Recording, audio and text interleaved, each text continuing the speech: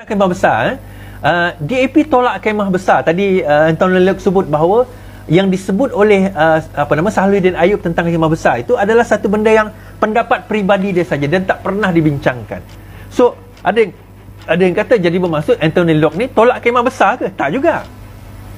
So apa maksud dia? Ada yang tanya apa maksudnya, tak faham. Dia macam ni, Anthony Locke kata perbincangan di Port Dickson adalah kemah besar bersama pembangkang. Bila disebut bersama pembangkang, tak termasuk apa?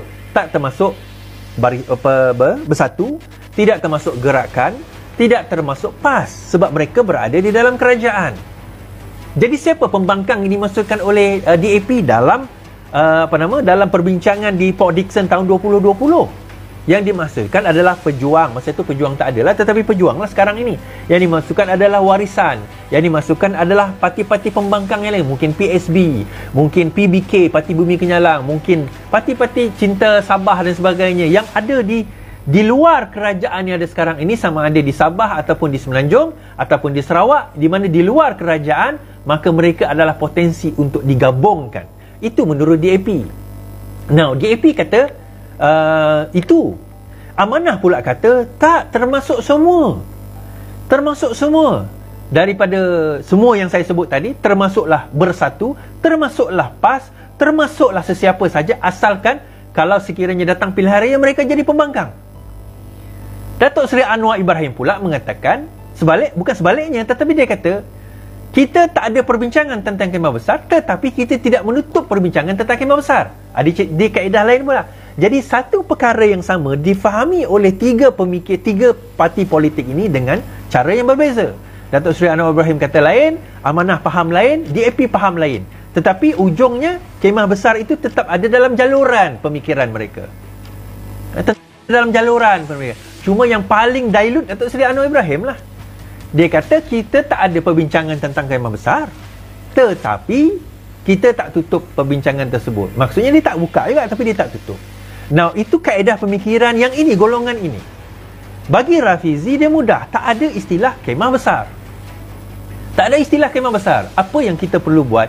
Perkukuhkan DAP, perkukuhkan Amanah, perkukuhkan PKR, perkukuhkan UPKO, perkukuhkan Pakatan Harapan dengan 4 parti ini, hadapi pilihan raya dan cuba menang. Tetapi paling kurang, jangan kalah teruk dalam pilihan raya yang akan datang ini. Itu minima dia. Jadi perbincangan dan juga apa yang Rafizi bentangkan adalah berkenaan dengan perkara itu, iaitu jangan kita hilang 2/3 kerusi. Dan ini yang ditakuti oleh UMNO dan Barisan Nasional. Kerana apa? Selagi mana kita berbincang tentang kemah besar, kita lupa nak memperkukuhkan gabungan kita. Kerana kita pertama berbeza pendapat apa maksud kemah besar. Selepas itu, bila kita nak masuk ke dalam kemah besar, kita nak tarik mereka ke dalam kemah besar, mereka akan berkata, siapa yang buat kemah ini? Jadi perbincangan itu tak habis. Pilihan raya 3, 4, 5 bulan lagi. Bagi Rafizi mudah, kita fokus, sebab itu dah diguna perkataan yakini rakyat. Yakinilah rakyat ini sebenarnya tahu bagaimana nak memilih. Dan pilihan mereka jelas kalau kita jelas. Kalau gagasan kita jelas, pilihan dia jelas. Dan Rafizi mendedahkan dalam ucapan dia, sebenarnya dia adalah antara orang yang tidak setuju membawa Bersatu masuk ke dalam Pakatan Harapan pada tahun 2016, walaupun dialah yang mengasaskan Pakatan Harapan. Siapa boleh deny Rafizi mengasaskan Pakatan Harapan? Tak ada siapa deny. Malah sampai sekarang tak ada siapa deny. Dialah yang mengasaskan Pakatan Harapan. Masa itu dia adalah Setiausaha Agong dan Datuk Seri Wan Azizah adalah Presiden PKR. Dia yang mengasaskan, dia yang mencadangkan kepada Tok Mat Sabu. Tok Mat Sabu masa itu dia kata supaya wujudkan satu parti baru yang selepas itu dikenali sebagai Amanah. Masa tu Mat Sabu tak yakin nak buat Amanah tu, tak yakin. Kemudian selepas dia keluar daripada PAS pada tahun 2015, Rafizi kata kena buat. Akhirnya hujung 2015, awal 16 dia orang buat. Saya ingat lagi sebab 2016 adalah pilihan raya negeri Sarawak. Dan bila pilihan raya negeri Sarawak pertama kali Amanah bertanding, hilang deposit lah. Tak apalah kalau pertama kan. Saya tolong amanah pada masa itu di Semariang, di Dun Semariang. Saya bantu dalam PRN Sarawak. Jadi daripada situ kita nampak bahawa permulaan itu dimulakan oleh Rafizi. Tetapi bila dia sudah berjaya, dia yang susah memasak, dia susah ambil barang, beli bahan-bahan, susah sediakan, dia adun, dia buat cantik-cantik. Tuk-tuk datang, kemudian orang ni datang terus makan. Makan, mengaku pula dialah tuan punya makanan tersebut. Kerana dialah makanan itu jadi sedap. Itu Mahathir lah. Itu yang berlaku. Kerana dialah, maka Pakatan Harapan menang. Kita tak tahu tuan-tuan ni, saya buka cerita jugalah. Pada 2016, Invoke diwujudkan pada masa itu atas dasar apa?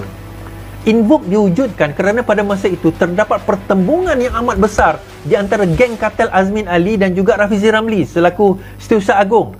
Masa itu Azmin Ali adalah Menteri Besar Selangor dan juga Timbalan Presiden.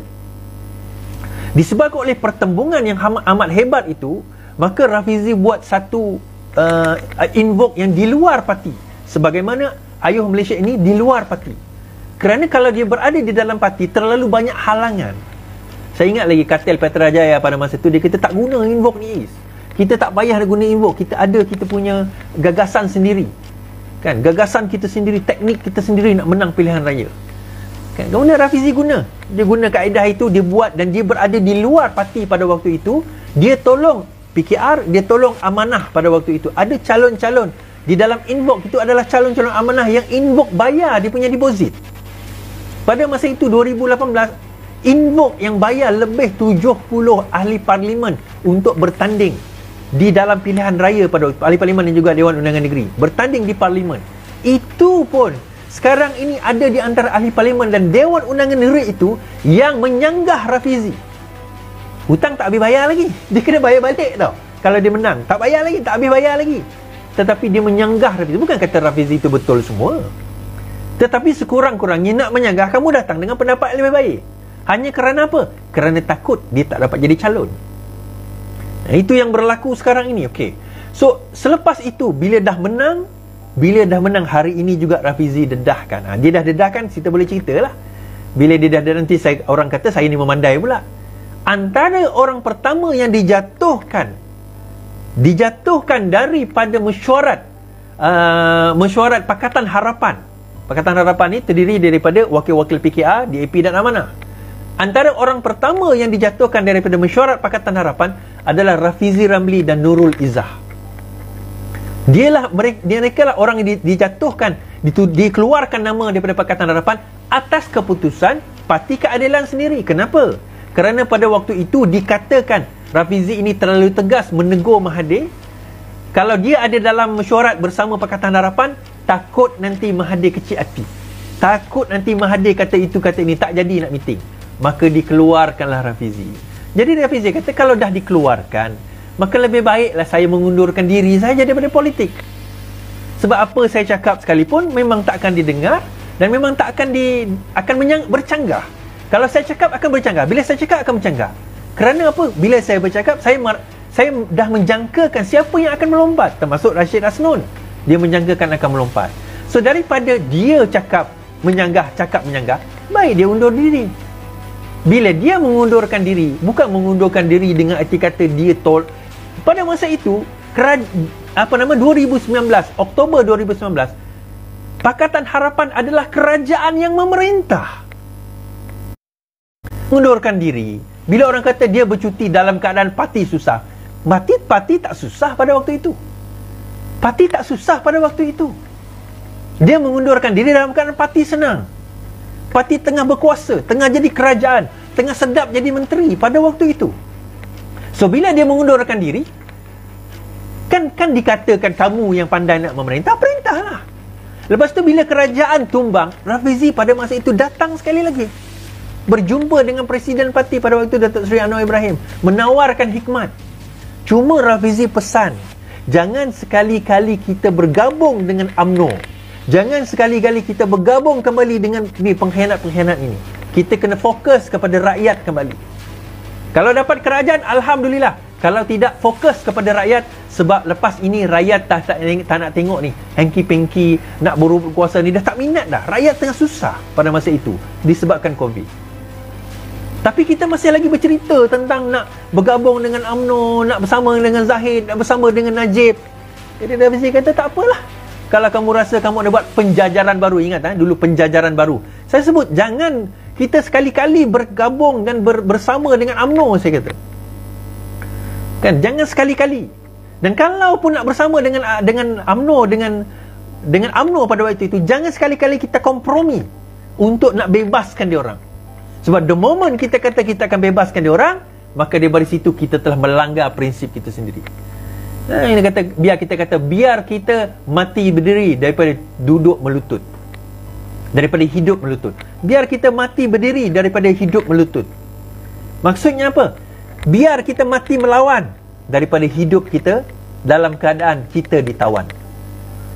Itu sebenarnya prinsip. Prinsip yang kita kena pegang, prinsip yang kita kena tahu, prinsip yang kita kena semaikan kepada para reformis ini. Dan sekiranya kita memahami prinsip-prinsip ini, tuan-tuan, ketahuilah kita sekarang ini melalui jalan yang penuh sukar, penuh duri. Orang akan maki kita, orang akan hina kita, termasuk orang kita sendiri. Sebab jalan ini jalan yang sukar kerana kita terpaksa menongkah arus yang mudah. Yang mudahnya kita bergabung, yang mudahnya kita bersama dengan musuh-musuh kita, yang mudahnya kita serahkan kepada mereka. Kita boleh jadi kerajaan. Yang susahnya, tuan-tuan, kita kena bekerja, kita kena yakini rakyat, kita kena buat culaan, kita kena buat kempen, kita kena buat live setiap malam. Itu susah. Yang senangnya, kita berbincang dengan orang ni, jom kita bergabung, kita buat kerajaan. Oh, kau jadi menteri, aku jadi timbalan. Okeylah, kita kompromi. Itu yang mudahnya. Tetapi, apa kerajaan yang kita akan bentuk?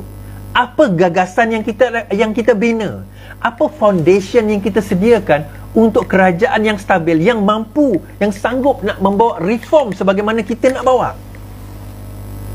Adakah itu bentuk kerajaan yang kita nak, yang rapuh, yang tidak mempunyai foundation, tidak mempunyai hala tuju dan foundationnya hanya asalkan kita berkuasa? Atau kita nak bentuk satu kerajaan yang mana semua YB dan pendokong-pendokongnya dibayar jutaan ringgit sekalipun takkan berganja, yang sanggup nak buat reform, yang tak terima rasuah? Adakah itu? Ataupun kita nak mereka yang muka-muka rasuah yang sama je, tetapi bertukar kulit saja? Kalau itu yang kita nak, maka jenis politik apa yang kita bina?